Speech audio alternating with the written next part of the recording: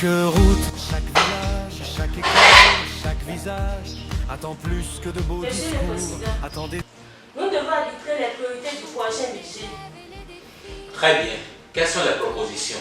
Plusieurs ministres demandent la construction d'un nouveau palais des congrès, des résidences officielles et l'acquisition de véhicules de luxe pour l'administration. Et l'éducation? Des milliers d'élèves étudient encore sous des paillotes. Certaines écoles manquent de tables et d'enseignants. Combien coûterait la résolution d'une grande partie de ces problèmes? Moins que le projet de palais des congrès. Voilà pourquoi nos priorités sont parfois à l'envers. Nous voulons impressionner les visiteurs avant d'instruire nos enfants. Certains diront que le grand palais des congrès améliore l'image d'un pays. L'image d'un pays ne se mesure pas à la hauteur de ses bâtiments. Elle se mesure à la qualité de ses citoyens. Un pays sans école moderne construit des murs. Un pays qui investit dans l'éducation construit l'avenir.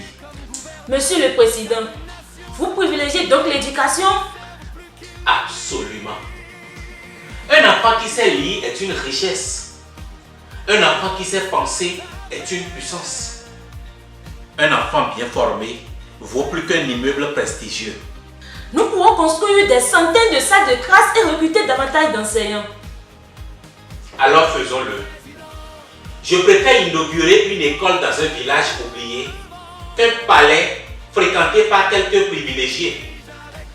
Monsieur le Président, et si l'opposition critique ce choix?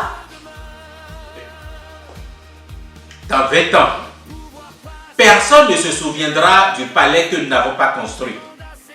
Mais toute une génération se souviendra des écoles que nous aurons bâties.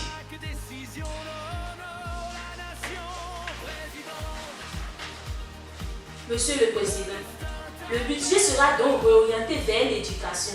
Oui, car le pétrole s'épuise, les mines s'épuisent, le mandat s'achève, mais le savoir enrichit toute une nation pour toujours. Moi celui d'un seul